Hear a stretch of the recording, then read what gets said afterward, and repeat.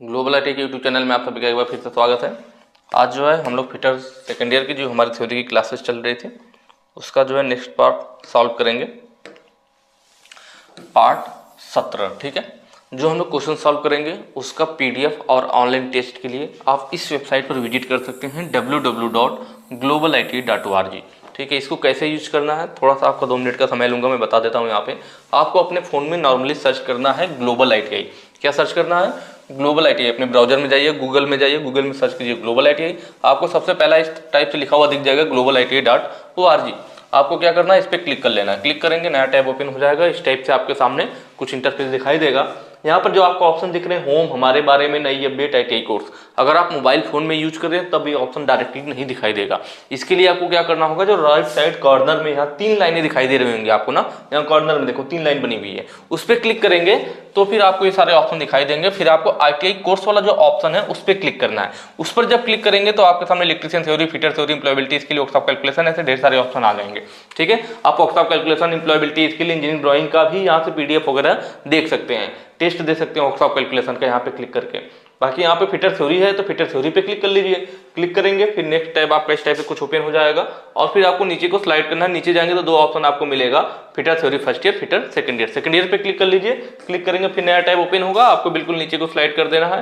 नीचे स्लाइड करते हुए जाएंगे तो आपको फिर यहाँ मिल जाएगा, देखिए fitter theory second year online mock test, और यहाँ पर देखिए नीचे भी ऑनलाइन टेस्ट सीरीज वगैरह पड़ी हुई है, और नीचे आएंगे तो पीडीएफ भी मिल जाएगा। तो यहाँ पर आप इसको स्लाइड करके इसको एक बार चेक कर लीजिएगा। चलिए आज हम लोग अपने क्वेश्चन की तरफ चलेंगे। ठीक है, आज का पहला क्वेश्चन क्या है हमारा, 400 डिग्री सेल्सियस से नीचे के तापमान पर कठोरीकृत स्टील को पुनः गर्म करके फिर ठंडा करने के लिए किया गया ऊष्मा उपचार प्रक्रिया का नाम क्या? किसको गर्म कर रहा है? कठोरीकृत स्टील, कहने का मतलब हार्डेंड स्टील।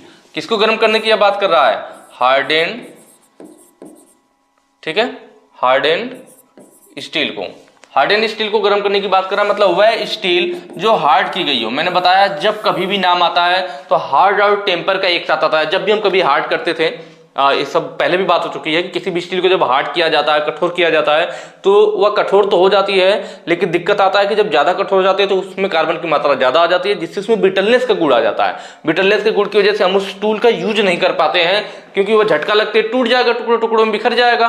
तो हम हार्डनिंग के बाद क्या करते हैं, मैंने बताया था हार्ड और टेम्पर दोनों साथ आता है, हार्ड एंड टेम्पर, मतलब हार्डनिंग प्रोसेस करने के बाद तुरंत टेम्परिंग की जाती है। और मैंने बताया भी था कि जो टेम्परिंग होता है, जैसे हार्डनिंग हो गया हमारा, ठीक है, नॉर्मलाइजिंग, हैंडलिंग है, ये सब तो हमारा लोअर क्रिटिकल टेम्परेचर से ऊपर ही होते हैं। जब भी होंगे क्रिटिकल टेम्परेचर के ऊपर होंगे। कोई लोअर से, कोई अपर क्रिटिकल टेम्परेचर से ऊपर हो रहा है, कोई लोअर क्रिटिकल टेम्परेचर से ऊपर हो रहा है, सब मतलब क्रिटिकल रेंज में होंगे। लेकिन जो टेम्परिंग प्रोसेस किया जाता है, मैंने बताया था 400 डिग्री सेल्सियस से नीचे होता है, 400 डिग्री सेल्सियस से नीचे होता है। इसमें भी हमारा जो केस हार्डनिंग वाला होता है, नॉर्मल हार्डनिंग की बात कर रहे हैं, जो हमारा मैंने आपको बताया था केस हार्डनिंग, इसमें सिर्फ किसी भी धातु की ऊपरी परत कठोर की जाती है। और हार्डनिंग क्या होता है, पूरी की पूरी धातु कठोर हो जाती है, लेकिन केस हार्डनिंग में सिर्फ ऊपरी परत कठोर करते हैं। तो जो केस हार्डनिंग किया जाता है ना, जिन वस्तुओं का, जिस स्टील का केस हार्डनिंग हम करेंगे, तो जो केस हार्ड किया हुआ स्टील होता है, अगर उसकी टेम्परिंग करना हो, किसका, केस हार्ड किया हुआ, तो उसकी टेम्परिंग सिर्फ 200 डिग्री सेल्सियस पर ही हो जाती है। आई बात समझ में ना? जब भी नॉर्मल की बात करेगा तो टेम्परिंग 400 डिग्री सेल्सियस से नीचे होती है, पर अगर केस हार्डनिंग के केस में बात किया जाए तो केस हार्ड की हुई वस्तु की जो टेम्परिंग होती है वो और कम टेम्परेचर 200 डिग्री सेल्सियस पर ही हो जाती है। तो यहाँ पर हमारा नॉर्मल पूछ रहा था कि 400 डिग्री सेल्सियस से नीचे के तापमान पर कठोर के स्टील को पुनः गर्म करके ठंडा करने के लिए कौन सा उपचार होता है, तो वह टेम्परिंग होता है। टेम्परिंग करने से क्या फायदा होता है, एक तो उसमें जो अतिरिक्त भंगुरता आई थी, वह ब्रिटलनेस वह कम हो जाएगी। जब ब्रिटलनेस कम होगी तो उसमें टफनेस का गुण बढ़ जाएगा, क्योंकि ये दोनों एक दूसरे का विपरीत है। टफनेस क्या होता है कि वह झटकों को सहन कर लेता है और टूटता नहीं है, जबकि ब्रिटलनेस झटका पड़ने पर टूट जाता है टुकड़ों टुकड़ों में। ठीक है, तो ये दोनों एक दूसरे के विपरीत है। तो अगर ब्रिटलनेस कम होगा तो सीधी सी बात है टफनेस बढ़ेगा। टफनेस बढ़ने का मतलब है कि वो झटकों को सहन कर लेगा। झटकों को सहन करने का मतलब है कि उसमें शॉक रेजिस्टेंस आ जाएगा, मतलब झटकों का विरोध करने की ताकत आ जाएगी।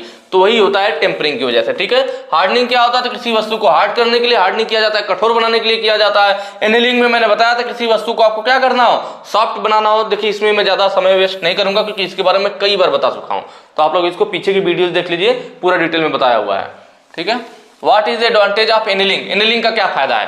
तो एनीलिंग का फायदा क्या होगा भाई, टू रिलीव द मैंने बताया है कि कभी भी क्वेश्चन पढ़िए तो कई बार आप ऑप्शन भी पढ़ेंगे अच्छे से ना, तब भी आपको समझ में आ जाएगा कौन सा टिक करना है। जैसे कि ऑप्शन देखिए लास्ट में लिखा है घिसने के प्रतिरोध को बढ़ाना। घिसने का प्रतिरोध कब बढ़ेगा, मतलब कोई वस्तु जल्दी कब नहीं घिसेगी, जब वो हार्ड होगी। हार्ड होगी मतलब यह प्रोसेस हार्डनिंग के द्वारा उत्पन्न होगा। अगर हम किसी वस्तु में हार्डनिंग प्रोसेस कर दें, उसे हार्ड कर दें, तब उसमें घिसने का प्रतिरोध आ जाएगा। जबकि एनीलिंग का फायदा पूछा है, यह तो हार्डनिंग वाला है। स्टील की ग्रेन संरचना को परिष्कृत करने के लिए, देखिए जब भी ग्रेन संरचना को परिष्कृत करने की बात आती है, ग्रेन संरचना को रिफाइन करने की बात आती है, या आंतरिक दोष को दूर करने की बात आती है, या फिर आंतरिक संरचना के रिफाइन करने की बात आती है, तो हम किसका बात करते हैं, नॉर्मलाइजिंग का। किसका बात करते हैं, नॉर्मलाइजिंग का। ये भी हमने कई बार बताया आपको। फिर क्या है, काटने की क्षमता जोड़ने के लिए। कोई चीज किसी को कब काटेगा, जब वो उससे ज्यादा कठोर होगा। भाई दो अगर वस्तुएं हैं तो एक वस्तु दूसरे वस्तु को काट देगी, तो सीधी सी बात है, लेकिन कब काटेगी, उन दोनों में से जो कठोर होगा वो सॉफ्ट वाले को काट देगी।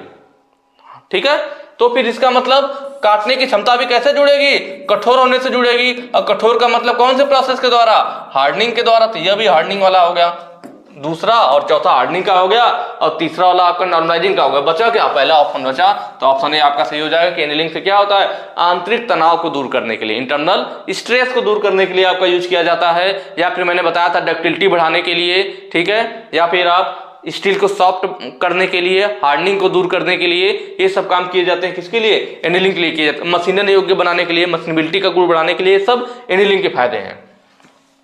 नेक्स्ट क्वेश्चन पे चलेंगे। अगला कह रहा है स्टील के घटकों के आंतरिक दोषों को दूर करने की प्रक्रिया। देखिए अभी मैंने पीछे आपको बताया है, आंतरिक दोष को दूर करना हो, ग्रेन स्ट्रक्चर को, आंतरिक जो हमारे इंटरनल स्ट्रक्चर, ग्रेन के स्ट्रक्चर को रिफाइन करना हो, ग्रेन के साइज को रिफाइन करना हो, तो ये सब किसमें होते हैं, नॉर्मलाइजिंग में होते हैं। आंतरिक दोष को दूर करना, ठीक है, ग्रेन के स्ट्रक्चर को रिफाइन करना, ग्रेन साइज को रिफाइन करना, ये सब किसमें होगा, नॉर्मलाइजिंग में होगा। रिफाइन का मतलब परिष्कृत करना, तो ऑप्शन यहाँ पे बी सही हो जाएगा। नेक्स्ट क्वेश्चन पे चलेंगे। बाकी जो ऑप्शन थे उसके बारे में मैंने बता रखा पहले से, इसलिए नहीं बता रहा हूं। हल्के टार्क को संचालित करने के लिए किस कुंजी का उपयोग किया जाता है। हल्के टार्क को, लाइट टार्क को ट्रांसमिट करने के लिए, जहां पे कम टार्क को, हल्का टार्क को ट्रांसमिट करना हो एक शाफ्ट से दूसरी शाफ्ट पर, तो वहां पर हम कौन सी की यूज करेंगे, पुली या गियर और शाफ्ट के बीच। शाफ्ट के साथ पुली या गियर, मतलब जो हब लगाते हैं, शाफ्ट और हब होता है, हब के रूप में पुली या गियर हो सकता है। तो शाफ्ट और हब के बीच में जो की लगाते हैं, अगर हमें लाइट टार्क जो है, हल्का टार्क जो है हमें ट्रांसमिट करना हो, तो कौन सा की यूज करेंगे।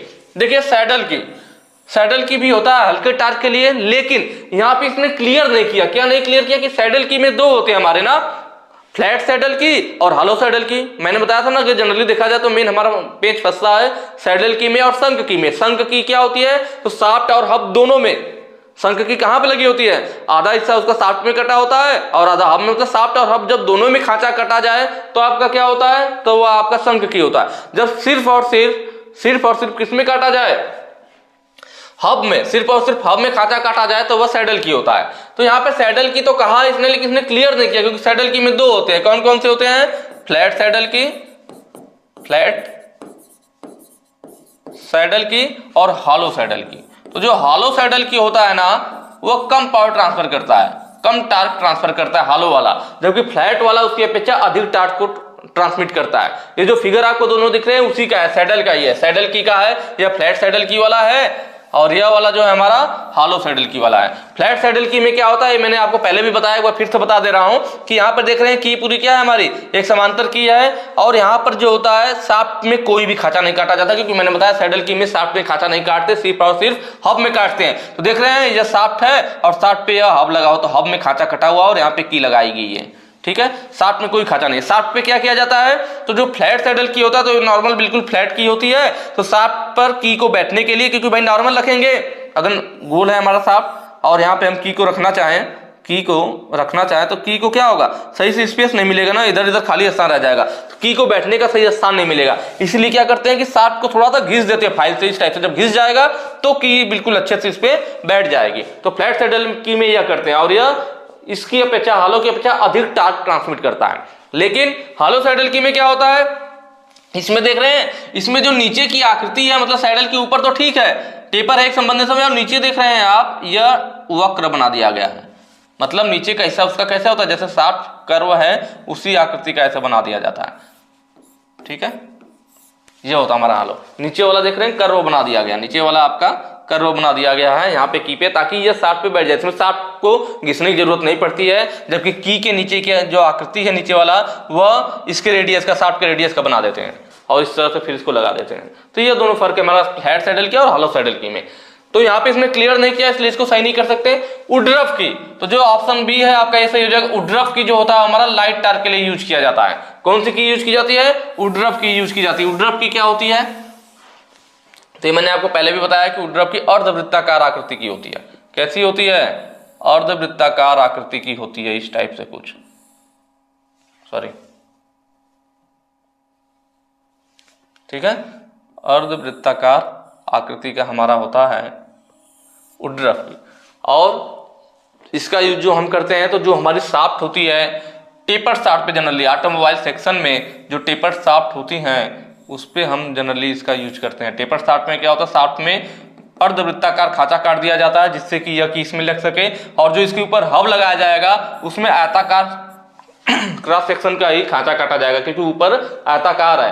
तो जो हब होगा, जो पुली या गियर होगा, उसमें आयताकार क्रॉस सेक्शन होगा, जबकि जो शाफ्ट होगी उसमें अर्धवृत्ताकार खांचा काट दिया जाता है जिससे उड्रफ की इसमें लग सके। तो ऑटोमोबाइल वाहन में भी हम इसका टेपर शाफ्ट पे इसका यूज करते हैं उड्रफ की का, या हल्के पावर ट्रांसमिट करना हो तब उड्रफ की का यूज किया जाता है, ठीक है। और इसलिए इसको एडजस्टेबल की भी कहते हैं, क्योंकि ये थोड़ा बहुत अपने आप को टेपर में एडजस्ट कर लेती है, उस हिसाब से अपने आप को सेट करके एडजस्ट करके बैठ जाती है, तो एडजस्टेबल की भी बोलते हैं इसको।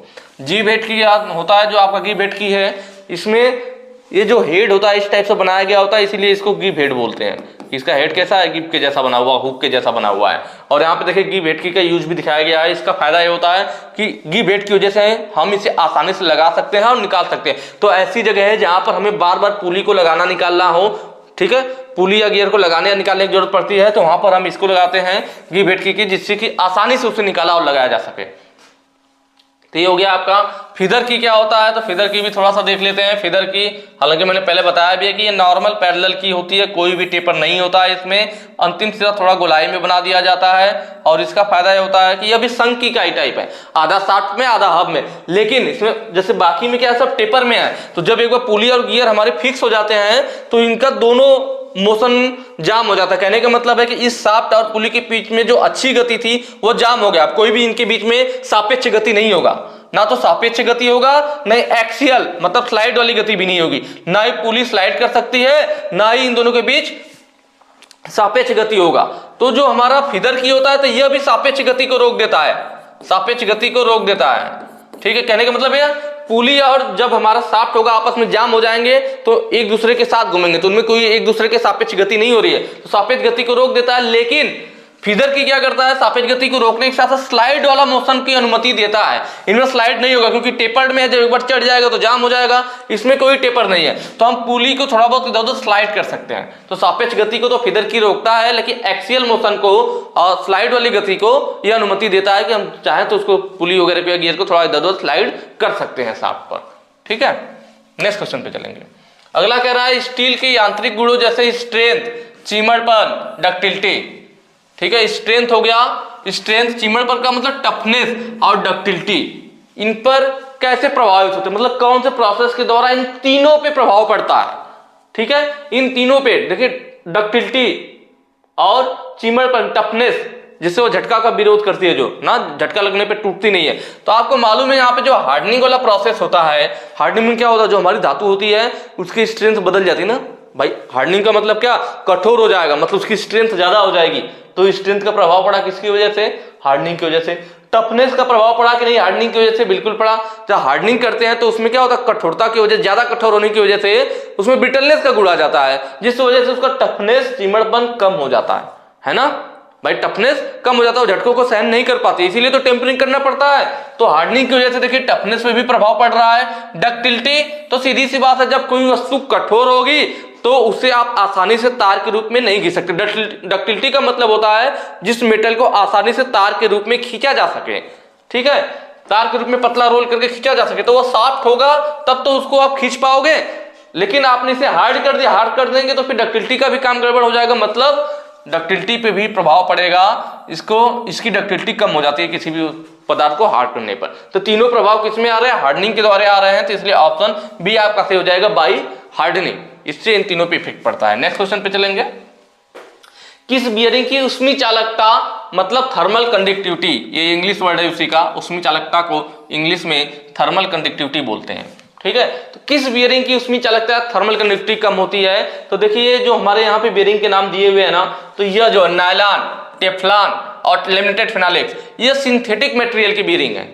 और प्लास्टिक भी आता है, क्या आता है? प्लास्टिक। ये चार होते हैं हमारे जो सिंथेटिक मटेरियल के अंतर्गत आते हैं। किसके अंतर्गत आते हैं? ये जो आपका नायलॉन हो गया, टेफ्लॉन हो गया और लेमिनेटेड फिनोलेक्स और प्लास्टिक, ये चारों सिंथेटिक मटेरियल के अंतर्गत आते हैं।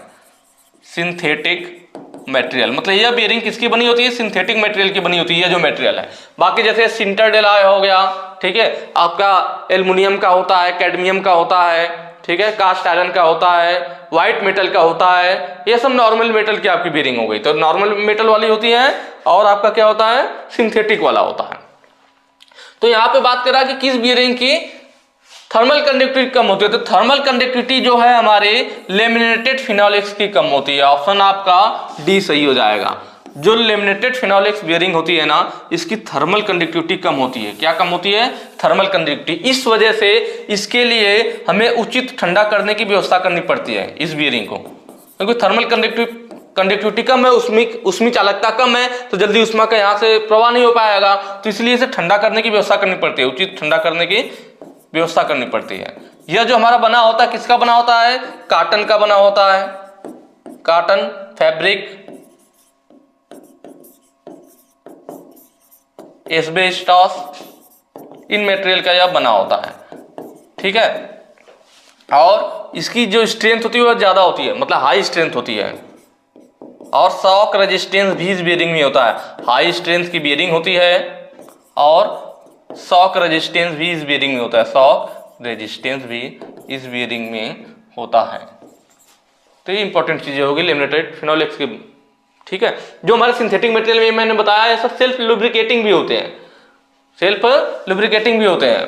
यह जो नायलॉन वाला है हमारा, नायलॉन वाला किस लिए होता है? तो यह हल्के लोड के लिए होता है, हल्के लोड के लिए, और इसमें अलग से लुब्रिकेटिंग नहीं करना पड़ता, क्योंकि यह भी हमारी जो बियरिंग है नायलॉन, यह सेल्फ लुब्रिकेटिंग का गुण रखती है।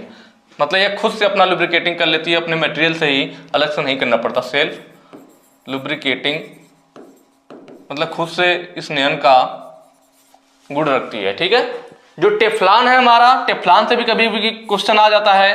तो जो टेफ्लॉन है इसमें क्या होता है? तो इसमें घर्षण गुणांक कम होता है। क्या कम होता है?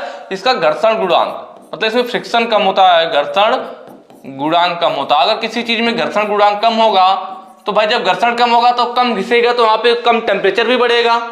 भाई घर्षण गुणांक कम है तो फिर कम घिसेगा तो कम टेम्परेचर, जहां पे फ्रिक्शन कम होगा तो वहां पे ज्यादा फ्रिक्शन होगा तो ज्यादा टेम्परेचर। आप अपने हाथ को देख लीजिए, ठंड का मौसम है, दोनों हाथ को आपस में रगड़िए, तेजी से रगड़ेंगे, फ्रिक्शन होगा तो दोनों हाथ गर्म हो जाएगा, मतलब फ्रिक्शन होने से टेम्परेचर बढ़ता है। और अगर दोनों बीच में आप क्या ऑयल लगा लीजिए दोनों हाथ में, फिर रगड़िए, देखिए फिर उतना हाथ गर्म नहीं होगा, क्योंकि हाथ आपस में स्लिप कर जाएंगे, क्योंकि फ्रिक्शन वहां पे कम होगा। ऑयल की वजह से, ऑयल का मतलब आपने क्या कर दिया? उसकी लुब्रिकेटिंग कर दिया, तो यहाँ पे फ्रिक्शन कम होगा, तो हाथ स्लिप कर जाएगा, तो कम गर्म होगा। लेकिन अगर एक खुरदुरा हाथ है आपका, मतलब सूखा हाथ है, कोई भी ऑयल वगैरह नहीं लगाया, तब रगड़ के देखिए तुरंत हाथ गर्म हो जाता है, मतलब फ्रिक्शन की वजह से। तो वही चीज है, कम घर्षण गुणांक होता है तो मतलब कम टेम्परेचर बढ़ेगा, इसलिए हम इसका उच्च ताप पर भी यूज कर सकते हैं। इस बियरिंग को जो है हम कहां यूज कर सकते हैं? टेफ्लॉन वाली को उच्च ताप पर यूज कर सकते हैं। ठीक है, और कम गति के लिए, उच्च ताप पर कम गति के लिए यूज करते हैं। और जो है टेफ्लॉन का एक और यूज होता है कि भाई जो ये होता है ना, रसायन केमिकल अटैक के प्रति प्रतिरोधी होता है।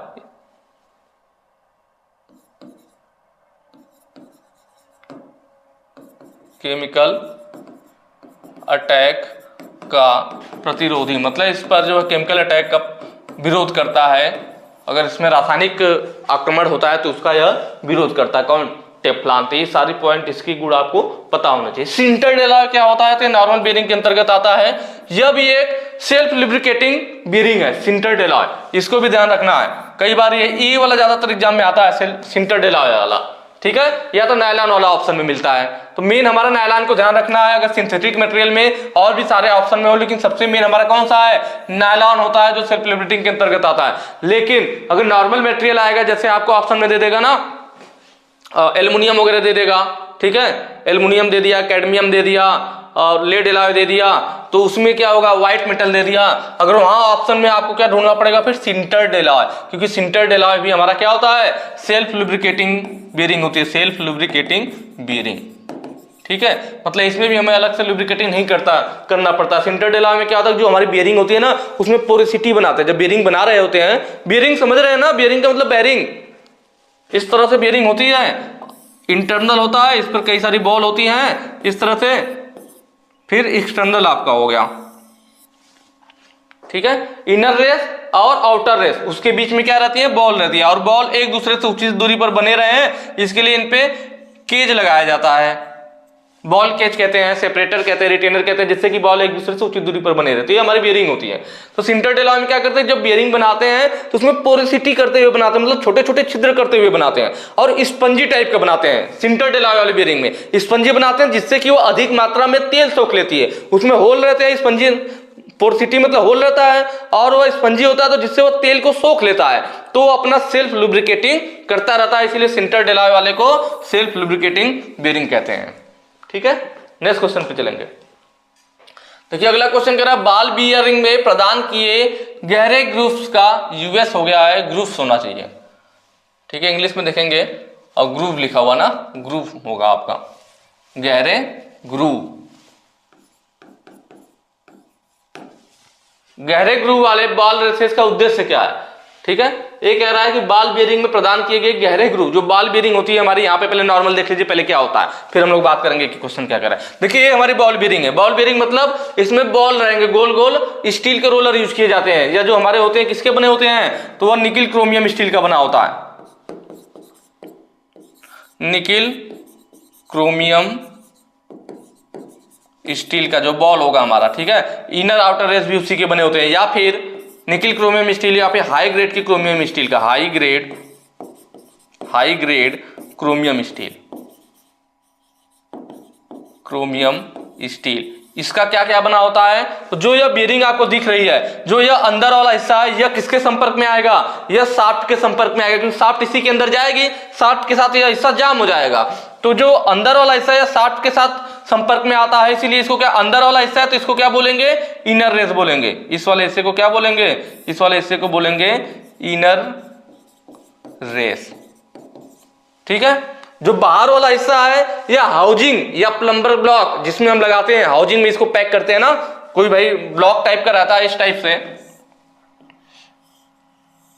इस टाइप से, और इस फाउंडेशन पे इसको बोल्ट के द्वारा टाइट कर दिया जाता है, फाउंडेशन पे बोल्ट के द्वारा टाइट कर दिया जाता है, दोनों साइड ऐसे लगे होते हैं ऐसे ब्लॉक हमारे। ठीक है, तो हाउजिंग बोलते हैं। तो इसी में इस बेरिंग को लगाते हैं, यहाँ गोल वाले हिस्से में यहाँ बेरिंग डाली जाती है, फिर इसमें शाफ्ट लग जाती है, ऐसे दोनों साइड रहता है, इधर भी तभी तो शाफ्ट हमारी रुकी रहेगी।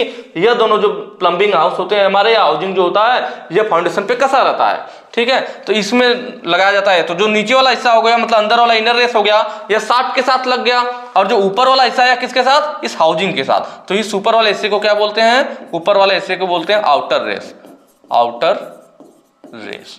ठीक है, और जो बीच में यह है हमारा गोल गोल, यही हमारी स्टील की बॉल है। क्या है, स्टील की बॉल है। ये तीनों, यह जो स्टील की बॉल है, आउटर रेस है, इनर रेस है, यह तीनों किसके बने होते हैं, निकिल क्रोमियम स्टील के या हाई ग्रेड के क्रोमियम स्टील के बनाए जाते हैं। ठीक है, और देख रहे होंगे ये जो बॉल है, तो बॉल के बीच में येलो येलो सा दिख रहा होगा कि बॉल को, जैसे भाई अगर बीच में कुछ लगा नहीं होगा तो सारी बॉल हो सकता है नीचे इकट्ठा हो जाए, बेरिंग ऐसे खड़ी है तो बॉल सारी नीचे इकट्ठा हो जाएंगी, एक दूसरे में चिपक जाएंगी और ऊपर गैप बन जाएगा।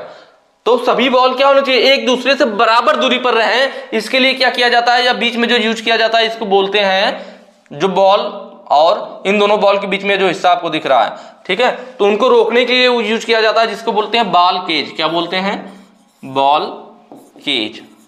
ठीक है, बॉल केज के अलावा और भी उसका नाम है, इधर मैं लिख देता हूं इरेज करके। ठीक है, जो ये दोनों है बीच में, इसको क्या बॉल केज कहते हैं। बॉल केज मतलब बाल के लिए पिजड़ा है, जो उसे अलग अलग करके रख रहा है, एक दूसरे से बराबर दूरी पे रख रहा है। बॉल केज के अलावा इसे बोलते हैं सेपरेटर, सेपरेटर या फिर रिटेनर भी बोला जाता है। क्या बोला जाता है, रिटेनर भी बोला जाता है, क्योंकि यह बॉल को एक दूसरे से बराबर दूरी पे रखता है। ठीक है, यह किसका बना हो सकता है, तो यह बॉल केज या सेपरेटर या रिटेनर, यह बने होते हैं हमारे प्लास्टिक के बने हो सकते हैं। किसके, प्लास्टिक के, स्टील के हो सकते हैं, पीतल के हो सकते हैं। आई बात समझ में? तो ही मैंने आपको बताया, यहाँ पर देखिए दिख रहा होगा आपको, इस बीरिंग में ज्यादा साफ साफ दिखेगा, ठीक है। यह बॉल बीरिंग यह पूरा पैक किया हुआ दिखाया था, यहाँ पे कटा हुआ हिस्सा है जिससे कि आपको ज्यादा समझ में आए। तो यहाँ पर देखिए क्या है, यह अंदर वाला हिस्सा है भाई, तो अंदर वाला हिस्सा क्या हो जाएगा, इनर रेस हो जाएगा, जैसा मैंने आपको बताया क्या हो जाएगा, इनर रेस हो जाएगा। जो बाहरी वाला हिस्सा है यह आउटर रेस हो जाएगा, आउटर रेस। आई बात समझ में? अंदर वाला हिस्सा इनर रेस, यह जो है यह इनर रेस हो गया, अंदर वाला हिस्सा जो शाफ्ट के साथ आएगा, जो हाउसिंग के साथ आएगा वो आउटर रेस हो गया। बीच में यह जो है हमारी गोल दिख रही है हमारी क्या है, बॉल है, बॉल है। तो बॉल बियरिंग अगर ये रोलर के जैसा होता तो रोलर बियरिंग कहते हैं, मतलब अगर वही बॉल ना होकर के वहां पे ऐसे रोलर बना होता, ठीक है, रोलर होता तो रोलर बियरिंग बोल देते हैं, लेकिन यहाँ पे बॉल है तो बॉल बियरिंग रहेगा हमारा, ठीक है। उसके बाद देख रहे हैं कि यह बॉल है, देखिए बॉल, इन बॉलों को एक दूसरे से उचित दूरी पर मतलब बराबर दूरी पर बनाए रखने के लिए देख रहे होंगे क्लैंप जैसा दिख रहा है, जो कि बांधे हुए किसको, बॉल को। तो इसी को हम लोग कह रहे थे, जो यह क्लैंप जैसा आपका दिख रहा है जो बॉल को एक दूसरे से बराबर दूरी पर रख रहा है, उसी को हम लोग क्या बोलते हैं, बॉल केज बोलते हैं, बॉल केज या फिर रिटेनर या फिर सेपरेटर। सेपरेटर मतलब सेपरेट करना, अलग अलग करना, तो रिटेनर, बॉल केज या सेपरेटर बोलते हैं। यह किसका बना हो सकता है, प्लास्टिक का, स्टील का, पीतल का हो सकता है, ठीक है। उसके बाद आप देख रहे हो कि भाई बॉल अगर हमारी नॉर्मल या स्टील बिल्कुल प्लेन रहेगी, उसके बीच में बॉल रहेगा तो इधर उधर चला जाएगा ना, बॉल एक कहां से मतलब लाइन से बना रहे हैं, उसके लिए क्या करेंगे, तो आप देख रहे हैं ये इनर रेस है, इसमें देखिए ये ग्रूव्स काटा गया है, गहराई में ग्रूव्स किया गया ताकि बॉल उसके अंदर रुक सके। आपको फिगर में साफ साफ दिख रहा होगा। देखिए आउटर रेस में भी जो ऊपर वाला आउटर रेस है, देखिए ऐसे आ रहा है यहाँ, ये ऊपर वाले में भी ग्रूव्स कटा हुआ है इस टाइप से, और जो नीचे वाला हमारा इनर रेस है इसमें भी देखिए यहाँ जाकर के ऐसे ग्रूव्स कटा हुआ है। यहाँ पे आपको फिगर में दिख भी रहा होगा, देखिए यहाँ पे गहराई दिख रही होगी, ग्रूव्स कटा हुआ, और यहाँ ऊपर भी। तो इनर रेस आउटर रेस दोनों में ग्रूव्स काटे जाते हैं जिससे कि बॉल उसके अंदर सही से सलामत से रहे उसमें, ठीक है। तो ये क्लियर हो गया आपका। तो वही कह रहा है कि जो हमारा बॉल बियरिंग इसमें गहरे ग्रूव्स, जो ये ग्रूव्स काटे जाते हैं, कभी डीप ग्रूव्स काट दिया जाए, गहरा ग्रूव्स काट दिया जाए, तो वह क्यों किया जाता है, उसका उद्देश्य क्या होता है। तो देखिए जो हमारी नॉर्मल बॉल बियरिंग होती है, नॉर्मल बॉल बियरिंग होती है, इनका उद्देश्य क्या होता है, इनका उद्देश्य होता है रेडियल लोड को सहन करने के लिए। रेडियल लोड मतलब जैसे ये बियरिंग की एक्सिस हो गई, भाई बियरिंग की एक्सिस ये होगी ना, तो एक्सिस के जब लंबवत लोड लगता है तो उसको क्या बोलते हैं, जैसे बियरिंग पे ऐसे लोड लगे, इसके लंबवत, एक्सिस के लंबवत लोड लगे तो उसको बोला जाता है रेडियल लोड। क्या बोलते हैं, रेडियल लोड, या फिर कहीं कहीं पे जर्नल लोड भी बोल देता है। जर्नल, जनरल नहीं, जर्नल, ठीक है, जनरल नहीं जर्नल होगा, JAOURNAL, जर्नल लोड बोल देता है। जनरल या रेडियल लोड कौन सा होगा, जो बियरिंग के एक्सिस के लंबवत लगेगा। और एक लोड होता है आपका क्या, एक्सियल या थ्रस्ट लोड। वह क्या होता है, दोनों लोड जानना जरूरी है। देखिए बियरिंग में दो ही लोड हैं, इनके बारे में आप जानते रहोगे तभी आप क्वेश्चन सही कर पाओगे। रेडियल लोड या जर्नल लोड, दूसरा थ्रस्ट लोड या एक्सियल लोड। दूसरा कौन सा लोड है हमारा, दूसरा लोड जो है हमारा THRUST, थ्रस्ट लोड कहिए या एक्सियल लोड कहिए, थ्रस्ट लोड कहिए या एक्सियल लोड कहिए।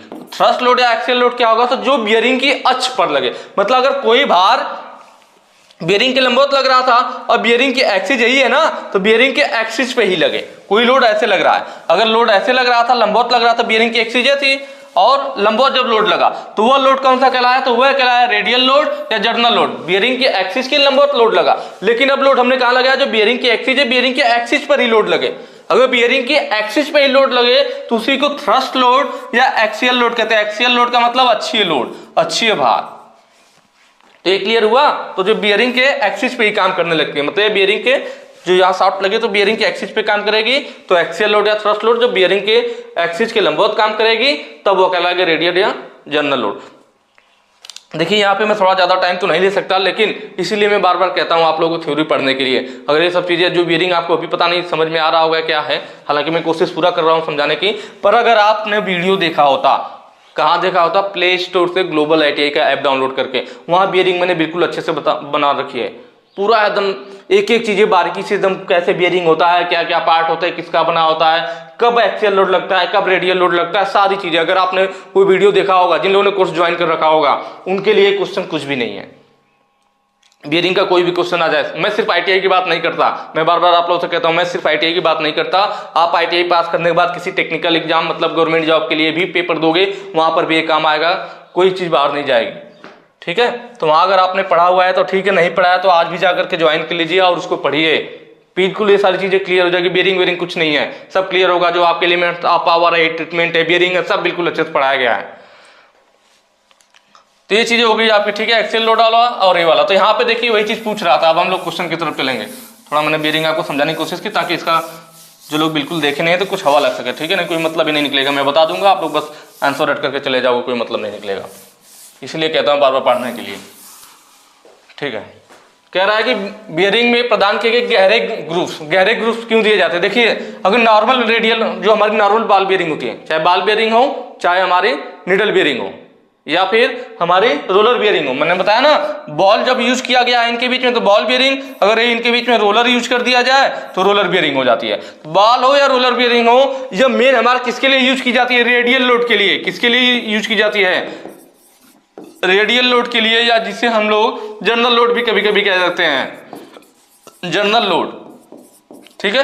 मतलब यह लोड बियरिंग के एक्सिस के कहां पड़ेगा, लंबवत रहेगा, बियरिंग के एक्सिस के लंबवत लोड रहेगा, तो वही होगा रेडियल लोड या जनरल लोड, ठीक। तो वो हमारे जनरली चाहे बॉल बियरिंग हो चाहे रोलर बियरिंग हो, उनके लिए बियरिंग हो तभी यूज की जाती है जब रेडियल लोड लग रहा हो। लेकिन ग्रुप्स को गहरा करने से क्या फायदा होता है, क्योंकि भाई अगर ग्रुप्स गहरा नहीं रहेगा, अगर एक्सियल पे लोड पड़ेगा तो जो भाई ऊपर से पड़ेगा तब तो उसी बीच में दबा रहेगा बॉल पे, कोई दिक्कत नहीं है। पर अगर आप इस बियरिंग पे एक्सियल लोड लगाओगे तो बॉल बाहर को निकल जाएगा, इधर से जब लोड लगाओगे तो क्या होगा, बॉल बाहर निकल सकता है। इसीलिए हम क्या करते हैं, ग्रुप्स को गहरा कर देते हैं जिससे कि बॉल गहराई में रहेगा, तो अगर एक्सियल लोड भी थोड़ा बहुत लगे तो ये बियरिंग सहन कर सके। स्पेशली ये बियरिंग लोड रेडियल लोड के लिए बनाएगी, लंबवत लोड के लिए। लेकिन अगर एक्सियल पे लोड लग गया तो उसको सहन कर सके, इसके लिए क्या करते हैं, ग्रुप्स को थोड़ा गहराई में बना देते हैं, ग्रुप्स को थोड़ा गहरा कर देते हैं। इसका मतलब गहरे ग्रुप्स क्यों बनाए जाते हैं, ताकि वह अच्छी थ्रस्ट को भी, एक्सियल थ्रस्ट को भी सहन कर सके, ठीक है। नॉर्मल के लिए तो है, देखिए जनरल लोड ले जाने के लिए रेडियल लोड, दोनों तो एक ही बात हो गई,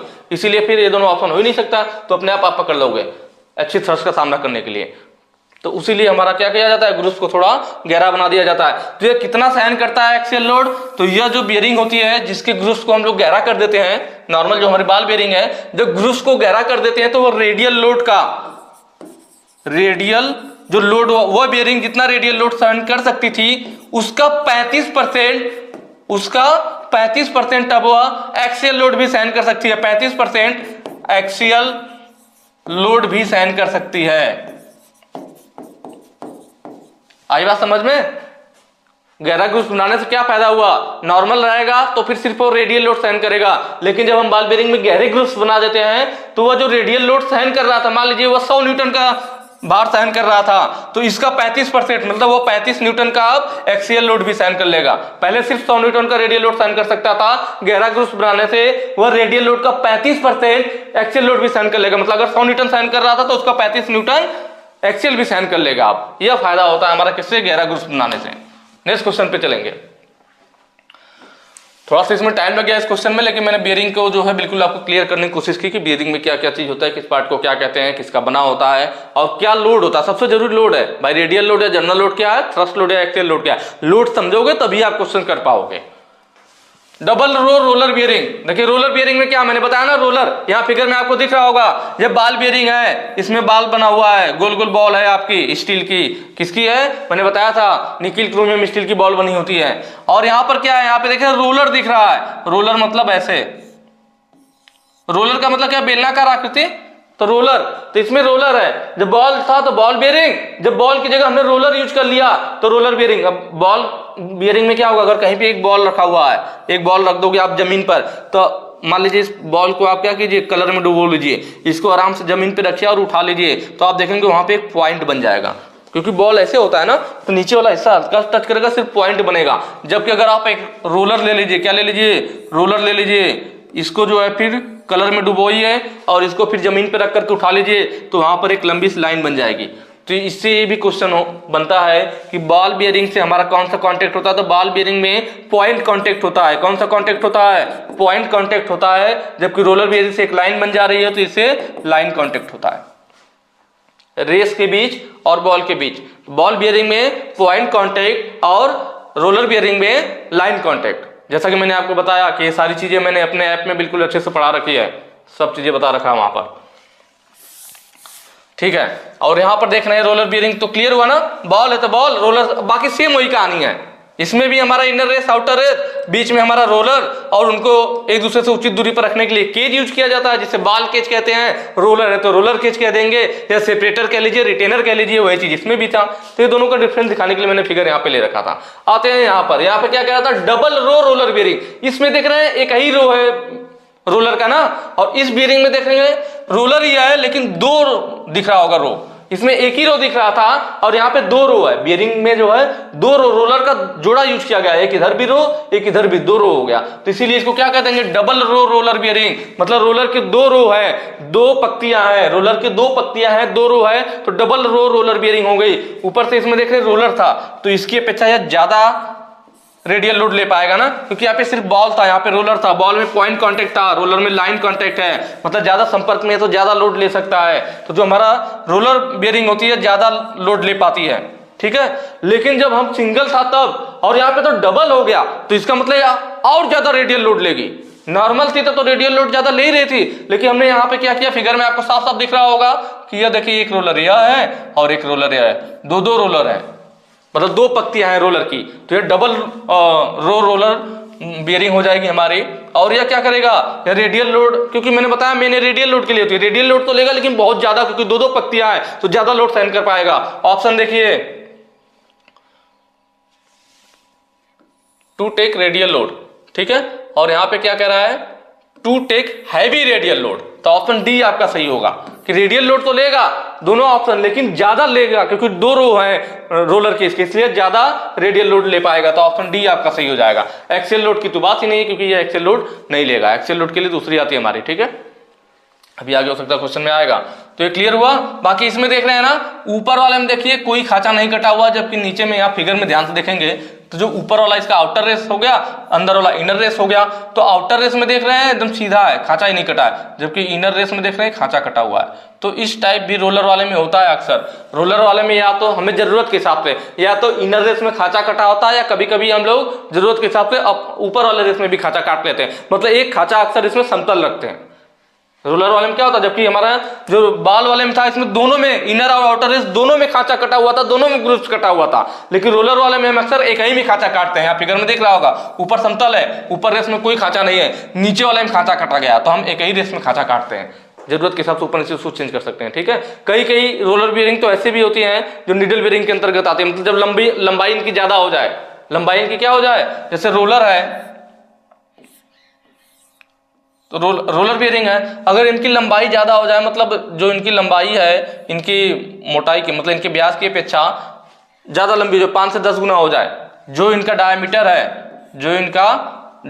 है उसका जो है लंबाई अगर 5 से 10 गुना हो जाए, तो उसको हम लोग फिर निडल बियरिंग कहते हैं, निडल रोलर बियरिंग बोला जाता है, ठीक है।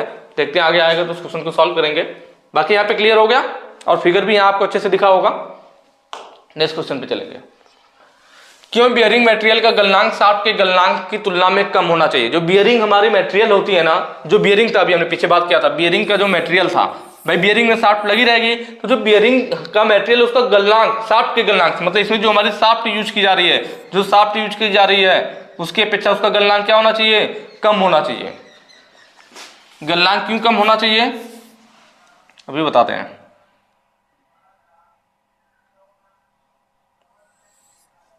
ठीक है, ये शाफ्ट हो गई हमारी, ये बियरिंग हो गई। तो वही कह रहा है कि क्यों बियरिंग मटेरियल का गलनांक शाफ्ट के गलनांक की तुलना में कम होना चाहिए, क्योंकि भाई बियरिंग है, अगर इसका गलनांक कम रहेगा, मतलब इससे दोनों जब आपस में चलेंगे तो भाई हो सकता है कि एक समय में चलते चलते क्या हो कि ये गर्म हो जाए। तो अगर दोनों में टेम्परेचर समान गर्म होगा, गर्म होने पे अगर मान लीजिए हमारी शाफ्ट की गलनांक कम हो बियरिंग से, तो बियरिंग आपकी पिघलेगी नहीं, आपकी शाफ्ट हल्का सा पिघल जाएगी और फैल करके इसमें सीज हो जाएगी। सीज होने का मतलब क्या, जाम हो जाना। सीज हो जाने का मतलब क्या, जाम हो जाना, और शाफ्ट आपकी खराब भी हो जाएगी, और पूरे शाफ्ट को बदलना एक महंगा काम है। इसीलिए हम क्या करते हैं कि ऐसी बियरिंग यूज करते हैं कि अगर मान लो कभी गर्म होने की बारी आए, टेम्परेचर बढ़े, तो शाफ्ट से पहले ही हमारा क्या हो जाए, बियरिंग गर्म हो जाए, सॉरी बियरिंग पिघल जाए, शाफ्ट से पहले बियरिंग पिघल जाए। तो बियरिंग छोटा पार्ट है, इसे बदलना भी आसान होगा। दूसरा, यह शाफ्ट को सीज होने से भी बचाएगा, शाफ्ट खराब भी नहीं होगा, प्रिवेंट करेगा शाफ्ट को, उसको सीज होने से भी बचाएगा। तो ऑप्शन ए हमारा सही हो जाएगा, प्रिवेंट शाफ्ट सीजर, सीज होना मतलब, ठीक है, प्रिवेंट शाफ्ट सीजर, मतलब जो हमारे शाफ्ट है उसको सीज होने से बचाएगा, उसको जाम होने से रोकेगा। तो ऑप्शन ए आपका सही हो जाएगा। ठीक है, नेक्स्ट क्वेश्चन पे चलेंगे। अगला कह रहा है इस वाशर का नाम क्या है। देखिए फिगर में, क्वेश्चन में आपका यह फिगर लिया हुआ था और इसका नाम पूछा हुआ था। तो इसमें देख रहे हैं बाहर भी दाता कटा हुआ है, अंदर भी दाता कटा हुआ है, तो इसको बोलेंगे इंटरनल एंड एक्सटर्नल वाशर, मतलब अंदर बाहर दोनों दाता कटा हुआ है। जो पहला ऑप्शन है आपका इंटरनल टाइप वाशर, तो इंटरनल में सिर्फ अंदर दाता जिसमें कटा, जैसे यह वाला वाशर आपको दिख रहा है, इसमें सिर्फ अंदर दाता कटा हुआ, बाहर नहीं है, तो इंटरनल वाशर हो जाएगा। एक्सटर्नल वाशर कौन सा होगा, जिसमें सिर्फ बाहर दाता कटा हो, अंदर ना कटा हो। एक्सटर्नल वाले में सिर्फ बाहर दाता कटा है, इंटरनल में सिर्फ अंदर दाता कटा है, वाशर है हमारे। इंटरनल और एक्सटर्नल में अंदर बाहर दोनों दाता कटा हुआ है। और काउंटर संक टाइप का वाशर यह है आपका, देख रहे हैं थोड़ा सा उभरा हुआ बनाया गया है वृत्ताकार टाइप में। ठीक है, तो इन सबका अलग अलग यूज भी होता है, इनका अलग अलग यूज भी होता है। जो ये हमारा इंटरनल एंड एक्सटर्नल वाशर जो यहाँ फिगर में कौन सा है, इंटरनल एंड एक्सटर्नल वाशर है, इसका यूज किया जाता है ओवर साइज माउंटिंग होल के लिए। जब माउंटिंग होल जो हमारे यहाँ है, जो होल बना रहे हैं, अगर वह होल क्या हो गया हो, अगर होल हमारा ओवर साइज का हो, जहाँ पे होल पे, क्योंकि होल होगा वहां पे बोल्ट यूज करेंगे, उसके साथ वाशर यूज करेंगे।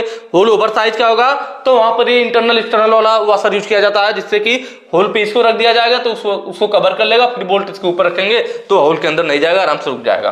तो जहाँ पे हमारे होल क्या हो, ओवर साइज के बन गए हो, ओवर साइज, तो ओवर साइज का होल होगा तो वहां पर इसको यूज करेंगे।